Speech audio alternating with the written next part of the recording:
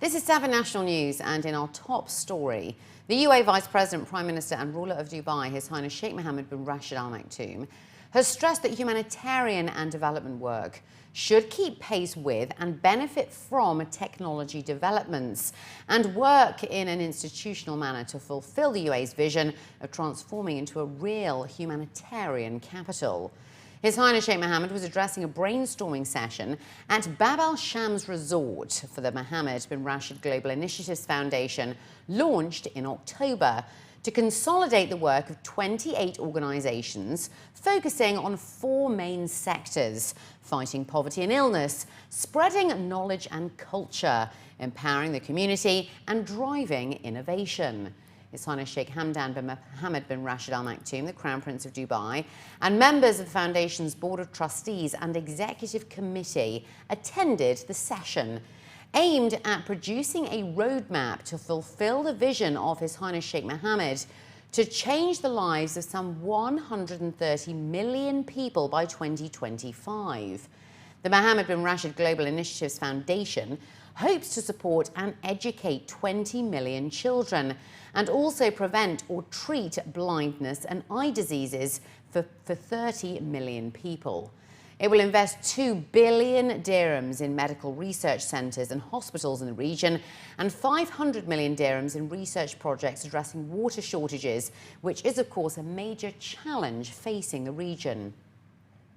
His Highness Sheikh Ahmed bin Saeed Al Maktoum, the chairman of the Dubai Silicon Oasis Authority, officially inaugurated the Dubai Technology Entrepreneur Centre, which is the largest incubation centre of its kind here in the Middle East, on Friday.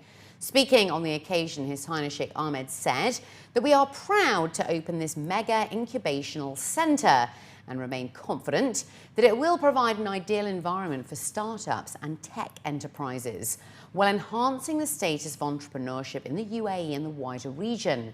He added that at DSOA, we are keen to facilitate emerging entrepreneurs to transform their promising ideas into reality and also support new and creative concepts in order to keep pace with the rapid developments in these dynamic areas.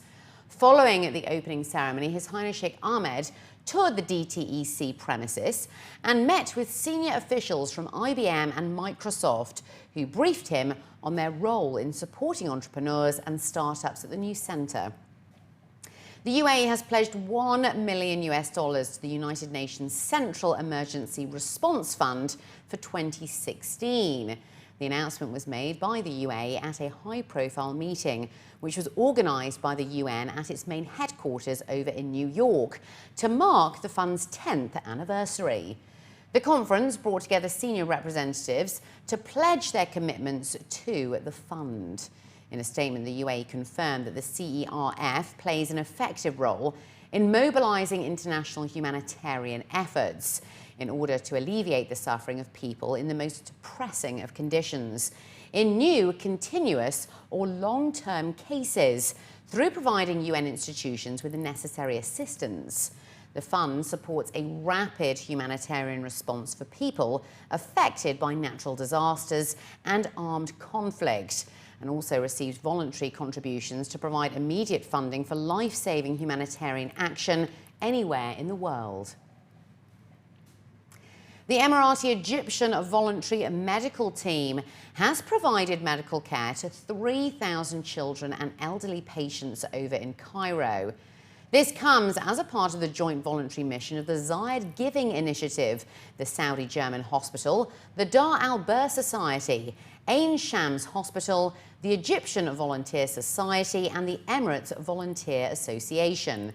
Dr. Jalal Al-Said, the governor of Cairo, praised the participation of the UAE and the Egyptian voluntary team, which has provided free treatment through medical convoys from the UAE Egyptian Mobile Volunteer Hospital.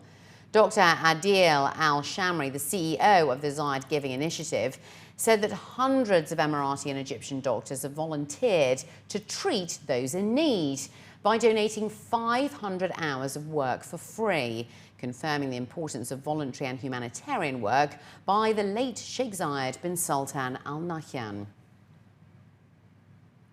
6 varieties of Nurofen painkillers that are registered here in the UAE are safe and free of any medical warnings. That's what the Ministry of Health confirmed on Friday.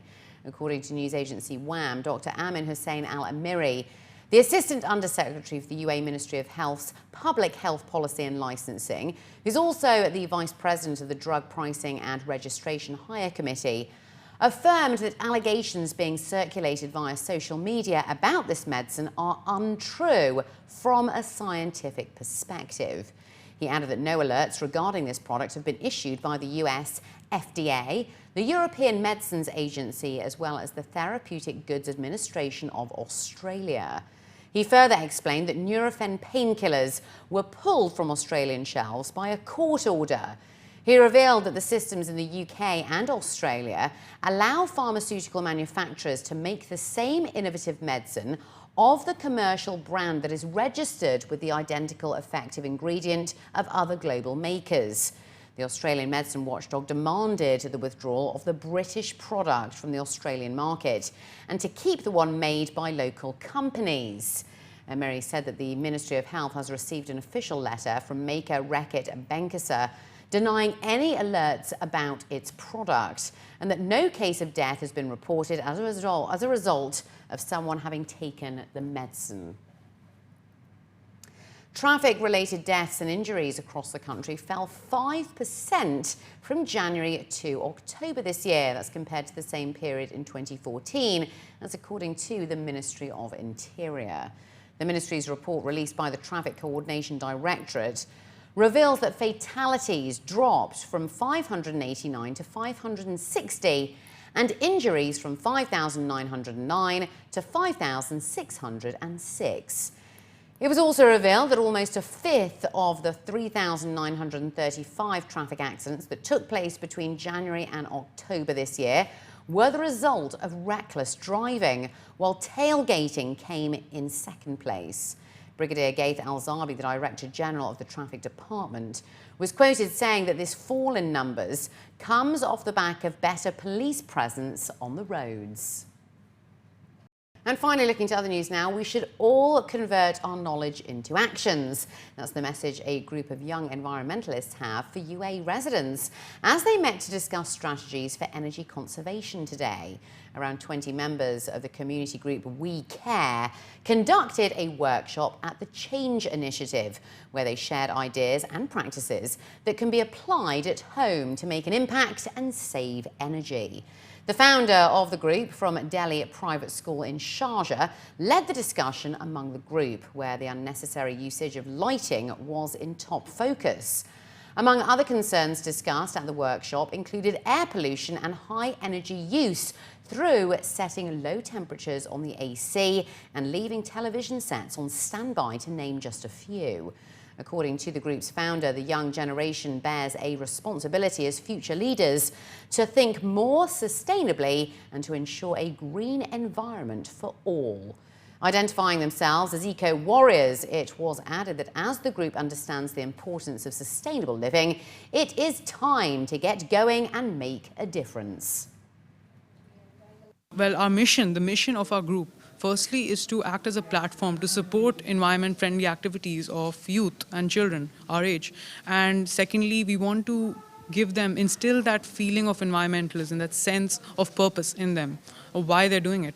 We do a plethora of activities, actually. We do not specify into one category. We do beach cleanups, tree plantations, workshops, and we do a plethora of them. So there are different mediums of spreading awareness. So that's how we go about.